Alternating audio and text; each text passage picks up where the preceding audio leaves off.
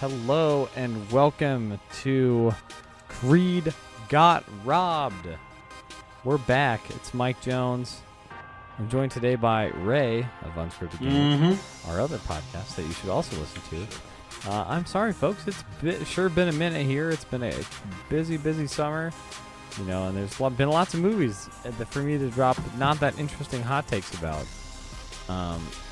Because there's lots of good stuff out there. So we're back because we gotta get back to the discourse, Ray. The discourse on I don't know if we're burying the lead.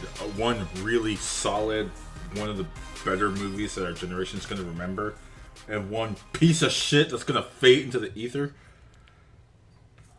Yeah, maybe something like that. Well, before we begin that discourse, I've been gone a little bit. It's been a couple weeks since we had one of these, but that doesn't mean I've forgotten about the mission here at Creed Got Robbed, and that is to never forget that Creed was robbed. He was by the Academy of Arts and Sciences. It's something I'll never forget. That Rocky movie got robbed. It really did, and it's a solid movie. Real travesty. And yeah, that's what a crime. What a damn shame. Question for you. Real tragic. Good question for you. I don't know if you ever answered it. Answer. Creed or Rocky Balboa? Go. Which one would you prefer? Yep, I went there. I think Creed. I respect that opinion. Rocky Balboa is good, but I don't know. I think Creed knocks it out. Okay, all right. But that's fair. Because Creed is kind of a retelling of Rocky 1. And Rocky Balboa is it's still an original story that kind of wraps up Rocky's whole story. Yeah. It was surprisingly good, though. Yeah. Rocky Balboa was alright. Yeah, I liked it. Alright, okay, well let me turn that around on you. Oh dear God. Rocky Balboa or Valerian City of a Thousand Planets. You're a motherfucker. Or wait, Planet of a Thousand Cities. Or it's whatever. City of a Thousand Planets, and that's a horrible title. That's a bad title. Why didn't they just call it? They could have just called it Valerian Sidebar, because I found out 2 days after watching it, it's based on a French comic called Valerian. And what clued me in after I found this out was City of a Thousand Planets that's like a set piece in the actual movie, the set piece of the Space Station Alpha. I'm not getting into that. What I am going to get into is this thing was planned to be this is planned to be like a multi-part movie. It sets itself up for a sequel in a couple of different ways. And so I watched this on one bored weekend. I had nothing to do. I had the choice between Spider-Man, Baby Driver, some other movie I wanted to watch. Felix. Wonder Woman? Did you see I've already Wonder seen Woman? Wonder Woman. I saw it opening weekend. It was good. Okay, good. Yeah, good. Man, I don't... you could have seen another film I'm going to talk about at the end of this, Dunkirk. Oh, I already saw Dunkirk. Okay, I could have saw it again, well, I guess, which would have been still better use of my time. So yeah, I could have saw all of those movies. Instead, I went and saw... the other movie I wanted to watch was War for the Planet of the Apes. Oh my God! Oh wow! Yeah, you really messed up. I fucked up royal. I was like, I got these 4 movies I can see. I got some spare time on my hands. You know what? I hear this Valerian movie. I'm in a sci-fi mood. I hear it doesn't have a lot of support. Let me go ahead and put my money where my mouth is and give this movie a little bit of support. Maybe it needs it. I went and I sat in that theater. And never in my life have I ever wanted to just walk out in the first 30 minutes of a movie as fast as this movie. Wow. Oh my Lord. Have you ever walked out of a movie? I've walked out of a movie I had seen multiple times before. I walked out of, I think it's Tomorrow Never Dies, James Bond movie, came out in 2003. Okay. But that's because I had seen it that was my third viewing of it, and I was just bored. I think that one is all right. I thought you were going to say Die Another Day. It was like, is Die Another Day the one with Halle Berry? Yeah, okay. Whichever one has Halle Berry in it. Yeah. Yeah, that one.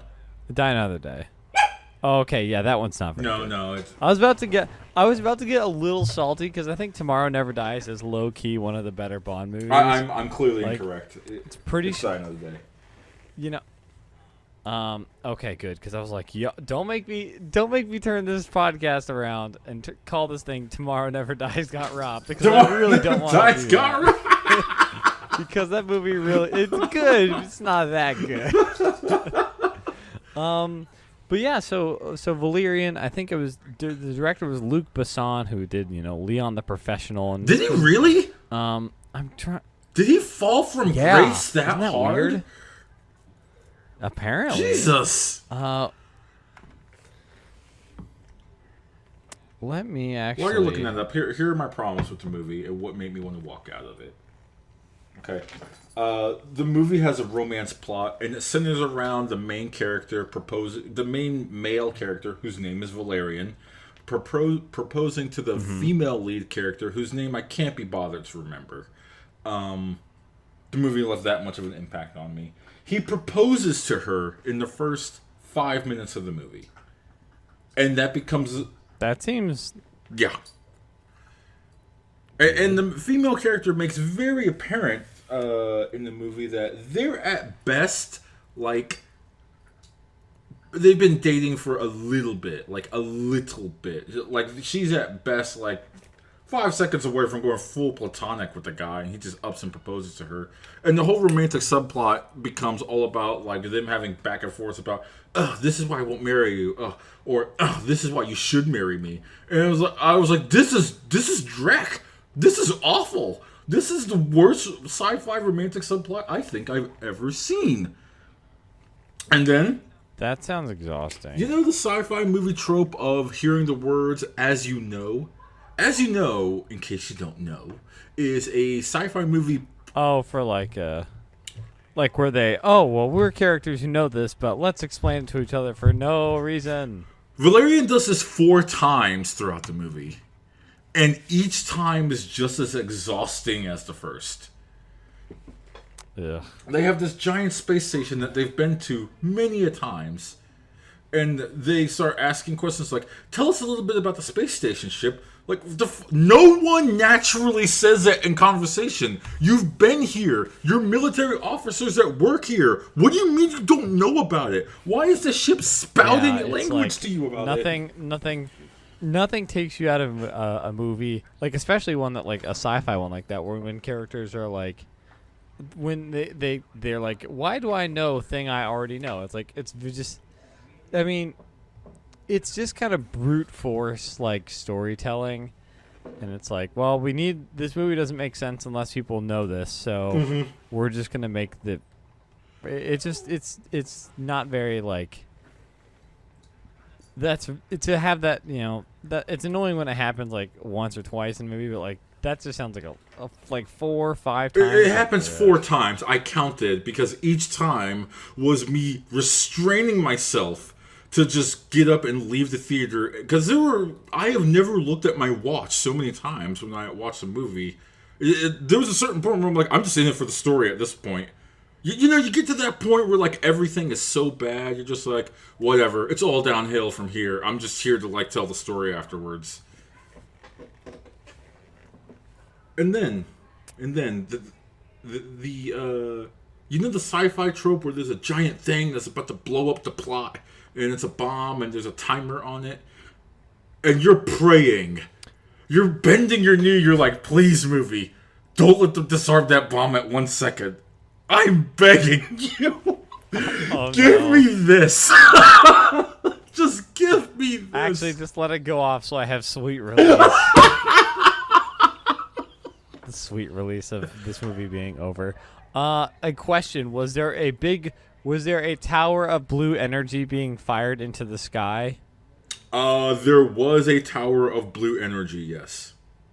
Okay, that's a big one lately. Everybody loves that. There was the whole plot revolves around a massive amount of energy in one capacity or another. The movie steals some plot points from Avatar. It also steals some plot points from better sci-fi movies. It tries to do this Fifth Element thing where it has like bullshit sci-fi things just for the sake of having bullshit sci-fi. Like here's this shop that doesn't really exist, and you have to wear VR helmets, and the VR helmets transport you to the shop, but they transport your metaphysical form and not your physical form. But be careful, because if your metaphysical form dies in this virtual space, you actually die. And they spend, I shit you not, 3 minutes explaining it to you. And you're like, Jesus Christ, who wrote this? This is dense. This is stupid. Why would this work? Where are the safety protocols? No one would say this is a good idea. I'm sorry. This movie was so bad. This movie was such an affront. In a world where Interstellar, yes, Christopher Nolan, we'll be bringing him back up here later. In a world where Interstellar can exist and just set the bar for quality fucking hardcore sci-fi, you have this piece of shit that just falls out of the sky and lands in a movie theater near you. To be fair, to be 100% fair, the theater, I should have known. The theater I went to, they only had one screening of it. They only had one screen of it, and it was their smallest screen available. That should have been tip number one. Because, the general manager of the theater will go ahead, sit down, watch the movie, and they'll make the determination how many screens they want to put it on. Or they'll just be like, oh, it's a Marvel movie, put it on like 8 screens, or something stupid like that. Yeah. Man, yeah, they must have, yeah. Sometimes you can see a bomb coming. So, you can just see a bomb coming a mile away. And I think I knew everything that I about this movie that I was, I'm like, I think I'm all right. When I was on Twitter one day and I saw an ad that it was like, hey, if you buy a ticket to this movie, we'll give you a free fidget spinner. And I'm like, oh, yes, I saw that. And I thought, like, no, I'm actually okay. I'll be all right. I already have one. I don't doubt you have at least 3 fidget spinners. It wouldn't shock me. It's fun. It's therapeutic, honestly. I really like it. I'm gonna ignore that. It's nice. I'm gonna ignore that. I do have a fidget cube at work. I have a fidget cube. That's also great. I have one in my car. It's great for clicking on the drive. Absolutely. Welcome to Unscripted Fidget. We talk about things to distract yourself at work and on the go. You are right. Welcome to Fidget Cube. Fidget Cube got robbed.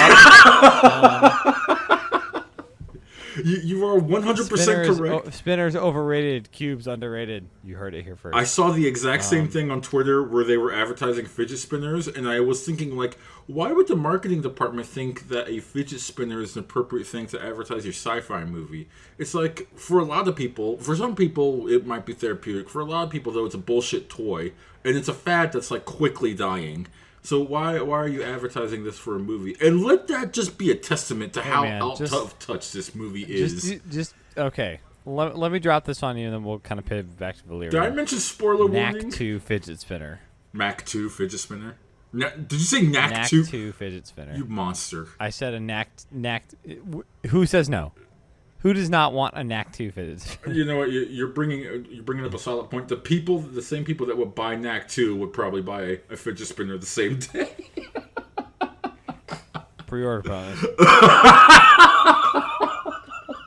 Do it. Don't let them listen to you. Oh my god! If Knack 2 comes out with a pre-order bonus fidget spinner, you should call Sony and say that'll be. I'll take 1% royalties. Thank you.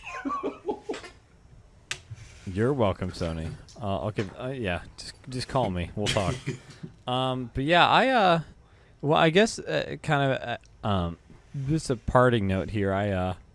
I saw because like we said, this movie was directed by Luc Besson, and I saw I think one of the only other movies of his I've seen was I saw the last 10 minutes of Lucy on TV one time. Mm-hmm.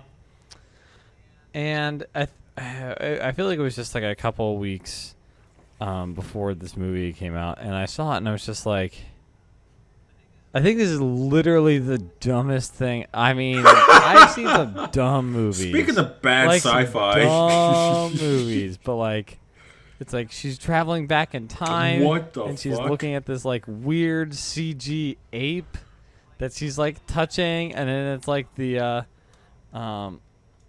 like the creation of Adam. It's like, oh look, but it was Lucy. I'm like, this is so stupid.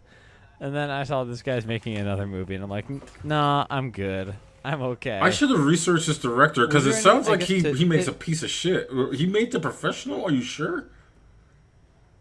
Yeah, he and just the other kind of weird stuff going on with this movie, like it was with like the financing is all kind of interesting. It was very strange, but like, I guess were there any positive takeaways you had on it, Ray? Have you seen the trailer for Valerian?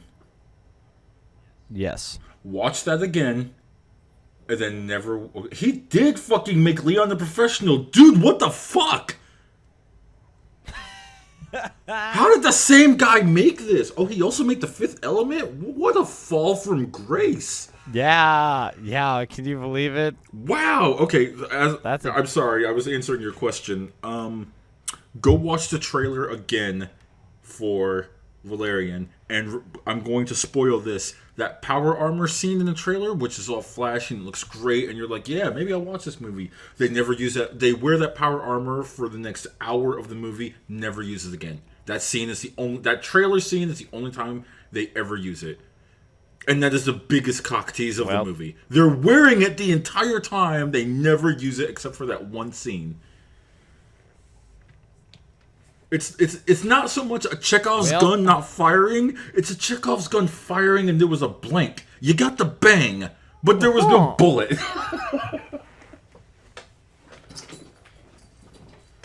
That's I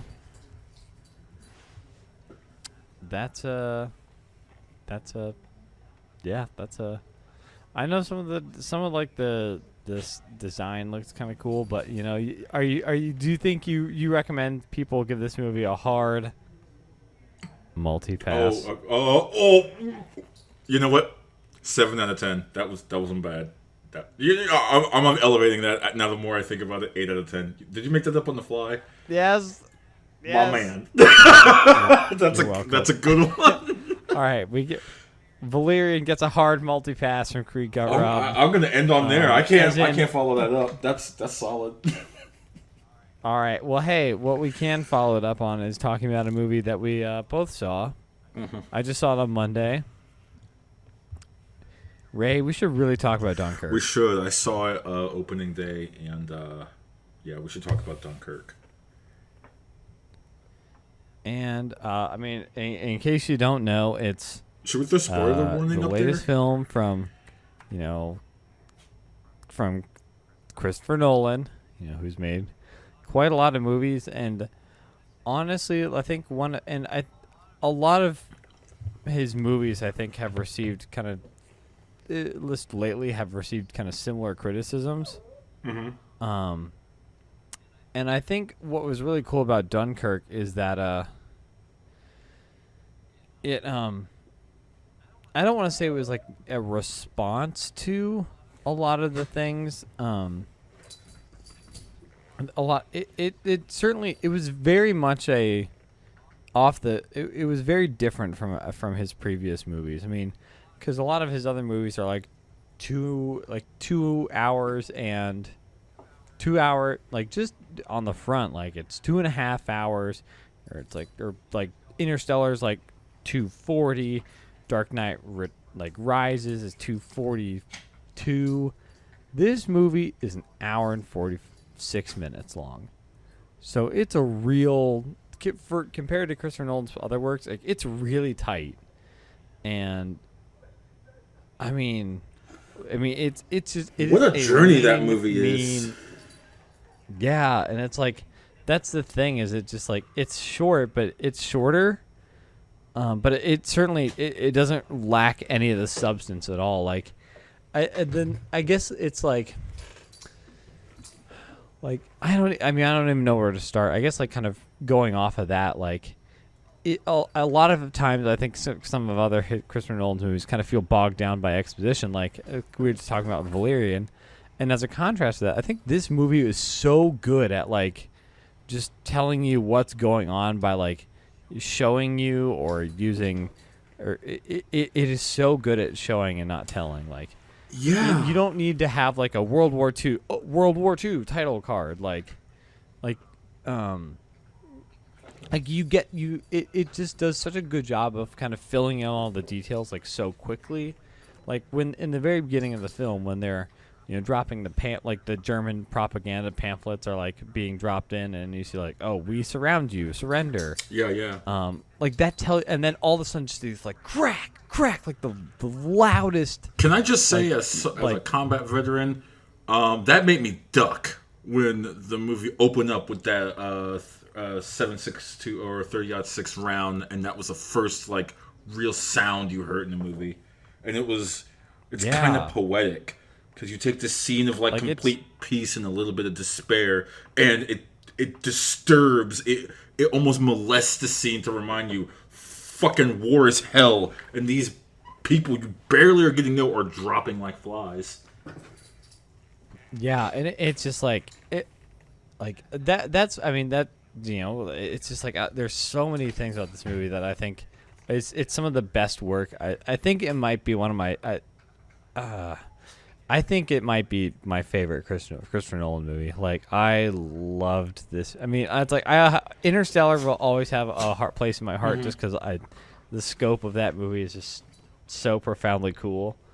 But I think this might be his most well-made movie. I mean, it's so like just how effective like the sound design is. Like just as like a detail, like the gunshots are loud and terrifying and like.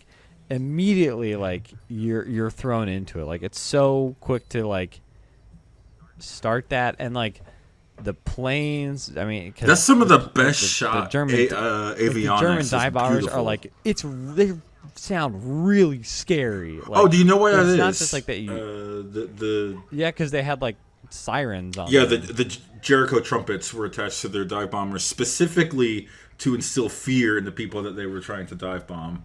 And they emulated that almost perfectly. Yeah, and that was real. I thought that was really effective, and it just feels like that they, I mean, they use all like things like the sound and, I mean, because there's like this loud like just cracks, but then like also the times in the film like when it's like quiet, like when they're just like.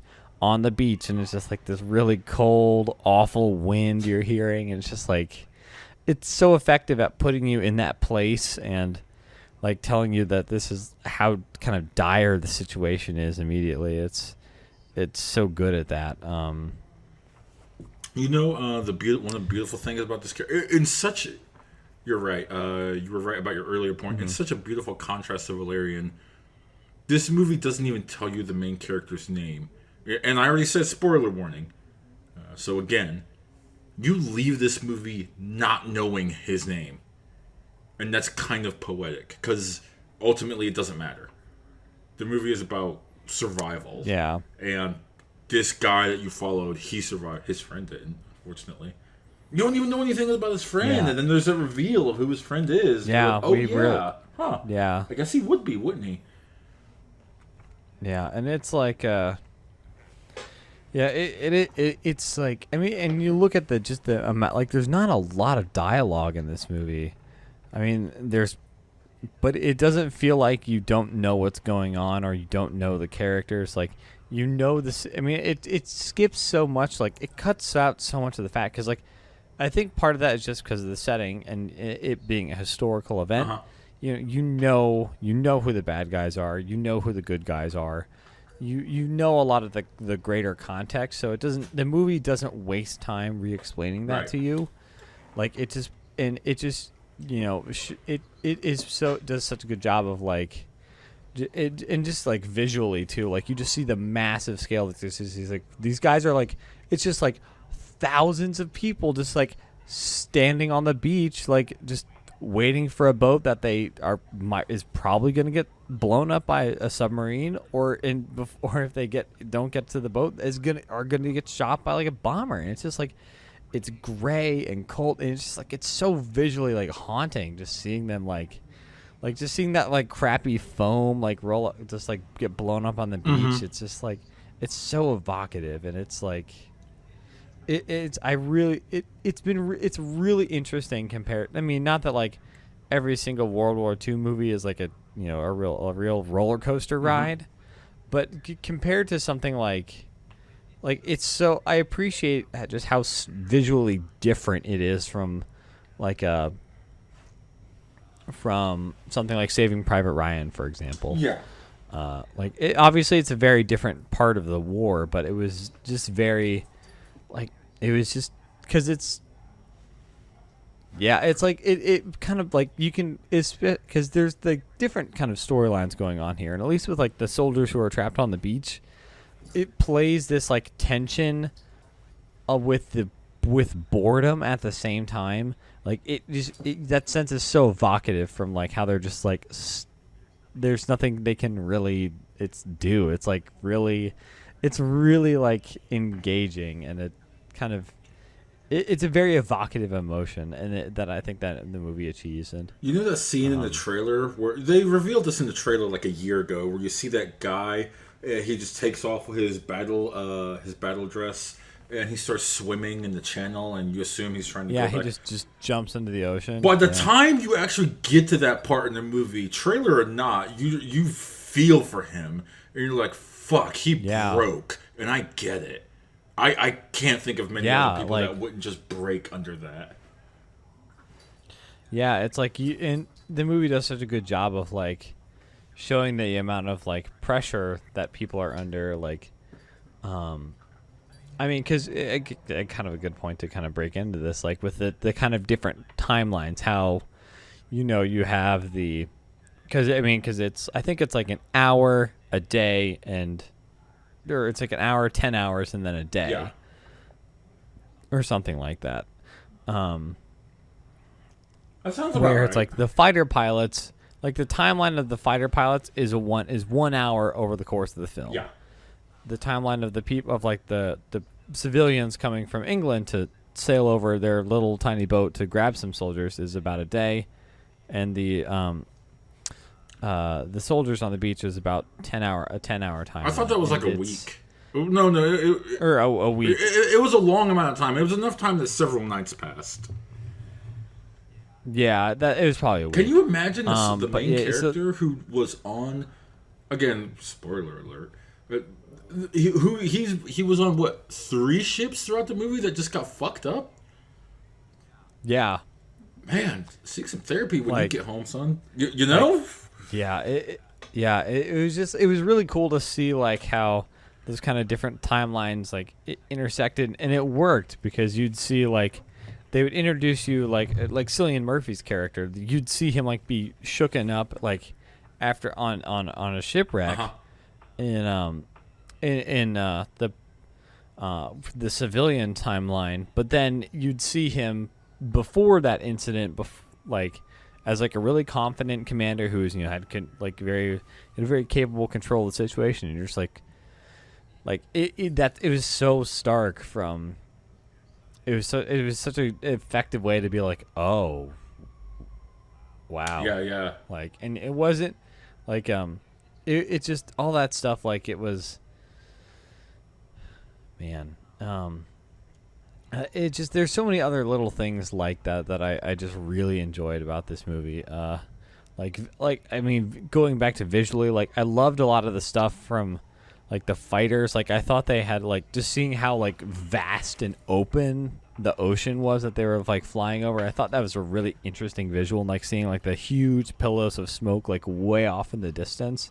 Like it felt very like in place. So, like I think it's just because Christopher Nolan always does the beautiful framing shots where like every frame of the movie you could just pause it and just make a poster out of that specific frame. He's also a big fan of practical effects. Obviously, Interstellar being a huge exception. But the practical effects of using actual Spitfires, actual Junker 87s that were, I think they were actual Junker 87s that were refitted from like war museums, stuff like that. Actual like some warships that they took effort to rebuild, or practical effects and use props. Stuff like that just really places you and keeps you in the movie.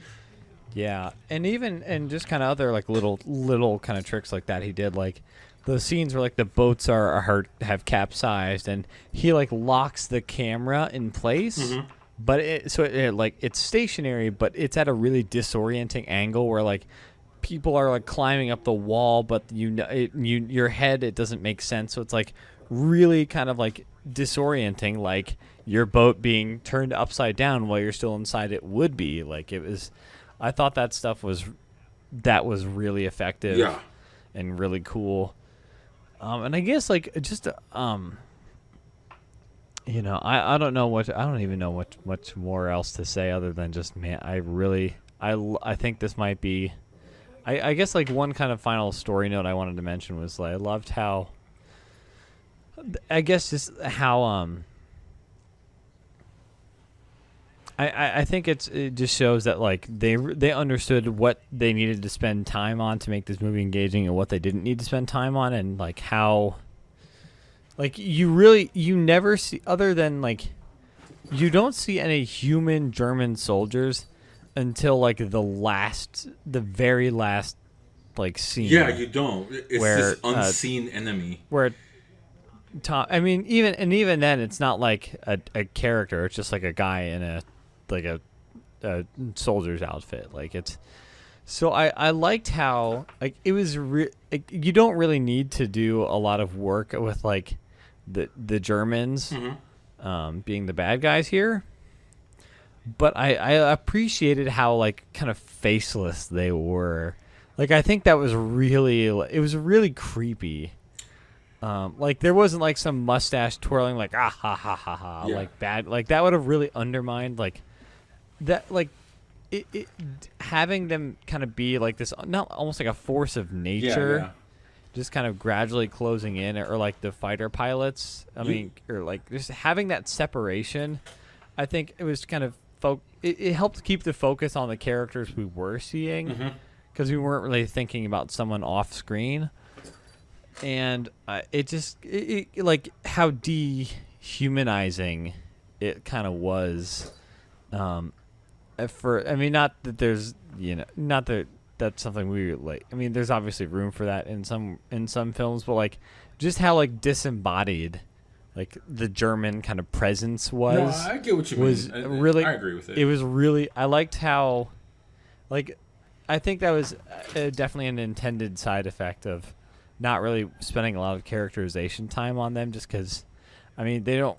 I thought it was just really evocative, and just like the constant kind of tension of, you know, we don't have unlimited time to do this, like that crazy war machine that just swept across the entirety of France, and like nothing has us trapped on the beach.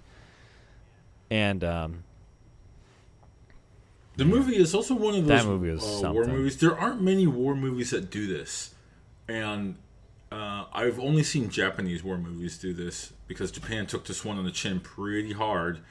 It ends on a sour note, and there aren't many war movies, you know, brave enough to want to do that. Like it definitely reminds you. I think it does a good job reminding you that this was still a pretty vast military failure. Like you have the people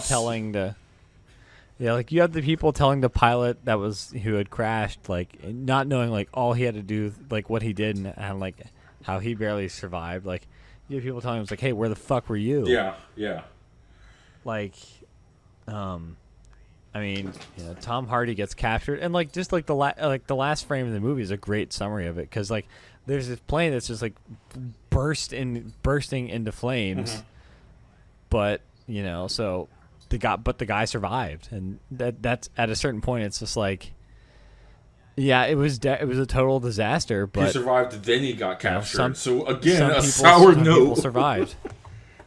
Yeah, but it's kind of. I thought that was a really cool way to end it, because it's like it definitely didn't do like a full on like cop out for like a Hollywood ending. Like it was a very grounded and like reflective ending, that it's like it's a miracle we like this was a colossal fuck up. Yeah. And we're in trouble, but it's a miracle that it could have been a lot worse. And that I thought it kind of conveyed that really well. Spoiler warning: it got a lot of worse, because then became the Battle of Britain and the air raids over London. So It didn't get better. That's why they were evacuating their troops, because they're like, after France, they're coming right to us, right? That's why we need to get all those soldiers home. For you history nuts out there. Yeah. So again, a sour note. Well, that entire thing was just... I felt sad and elated after watching Dunkirk. I felt sad because you knew what was coming next. Like there's still 5 more years of war left after this scene in Dunkirk, and Britain is gonna get hammered hard after this scene. And there were so many people that you're seeing in this movie. All right, I always find it bullshit when a war movie... I know Christopher Nolan doesn't want to call it a war movie. He calls it an action thriller. Okay, that's a cop-out. But I always think it's bullshit when a war movie just doesn't go rated R, because I feel if you're going to make a war movie, go the distance. Because... Mm-hmm. I don't know. Sometimes I view war movie as propaganda, and if you're going to propagandize something, do it right. It's it's pretty convenient to have a movie that kind of glorifies war that's PG-13. Yeah, I think that's gross. But this movie does not glorify war at all. If anything, this movie will make some people that were on the fence kind of reconsider. And even if it wasn't explicitly gory, it does a good job of just conveying the horror of the situation that they're in. Is just that alone just shows and just the scale. It does such a good job of because someone tells you 40,000, it's hard to visualize it, but you just see these just there's mile long row after row after row of guys who just the plane comes, everyone hit the deck. All right, okay, stand up and get back in line. Mm-hmm. And just they all do that as far as the eye can see. It's so unsettling, but it was so it was gripping. It's gripping that at moments of complete despair, I want to say 20 minutes, the first 20, 30 minutes of the movie, it's just about these 2 nameless guys just trying to find a way onto a goddamn ship to get out of the situation. They don't even exchange words. They just it's just simple nods of the head and waves of the hand, and the idea is obvious. They're we need to get the fuck out of here now. I don't care how we do it. Let's go. There's no military decorum. That's gone.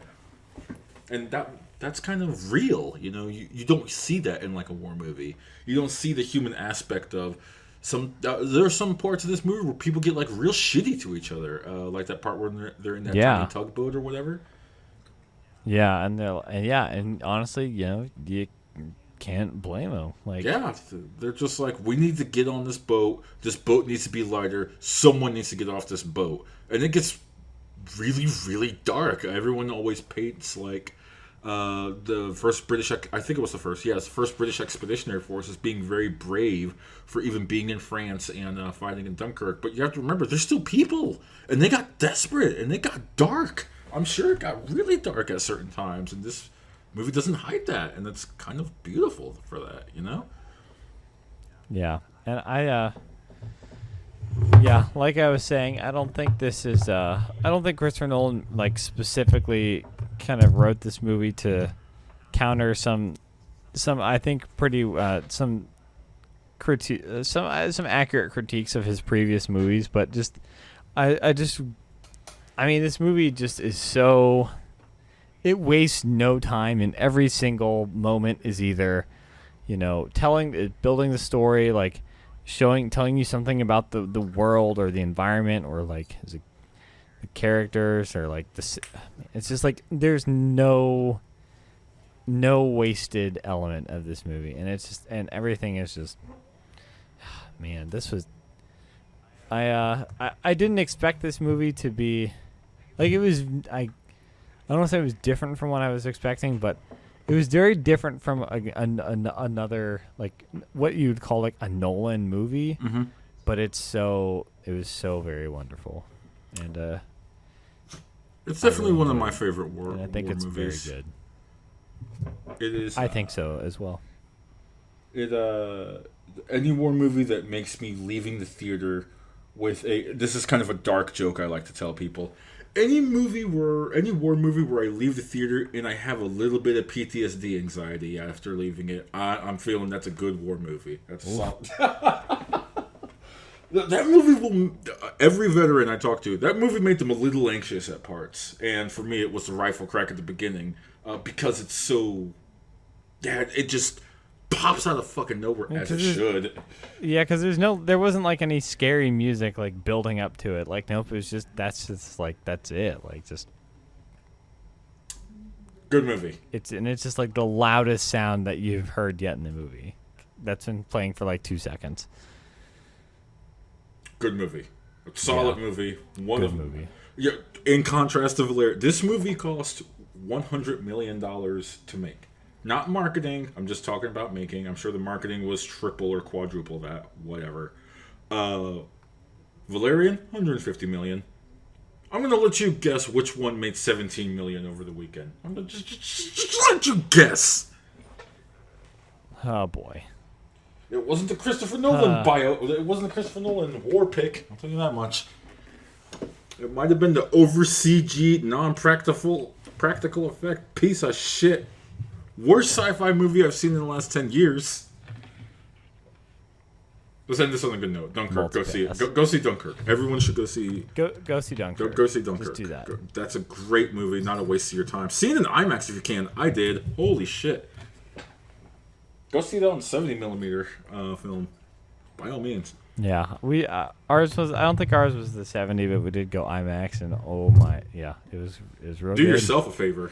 I'm not a 3D fan, but I love Nolan's focus on just like, let's just put it in just really big 2D. Let's just do that. I'm like, that sounds great. Just do that. I don't like the glasses. I almost saw Valerian in 3D, and take how livid I am about watching it in just regular digital. And if I had seen it in 3D, it would be magnified times 8. Wow. Times 3 or something. The whole extra. I just left that out. I just left that out there just to be taken advantage of, didn't I? Just left it in the yard, and Mike picked it up. Yeah, that's what I'm here for. Like a busted TV. Mike's sitting there. Let me just polish Please this. come pick up. Use for Smash Bros. Because it's a CRT. Won't drop any frames. All right. Well, hey, I think those are some of the movies we've been seeing. You'll have to go see some of these other ones that have been out this summer. I know I need to catch up with some people who I've seen those with. So I think we can go ahead and call it there, Ray. Thanks for joining me on this episode of Creed Got Robbed. You can find us in all the usual places. And we'll this episode end up. I'm really rambling at this ending here. Yeah, I want to say thanks for having me. Yeah, thanks for joining me, Ray, and don't forget, everybody, that Creed got robbed.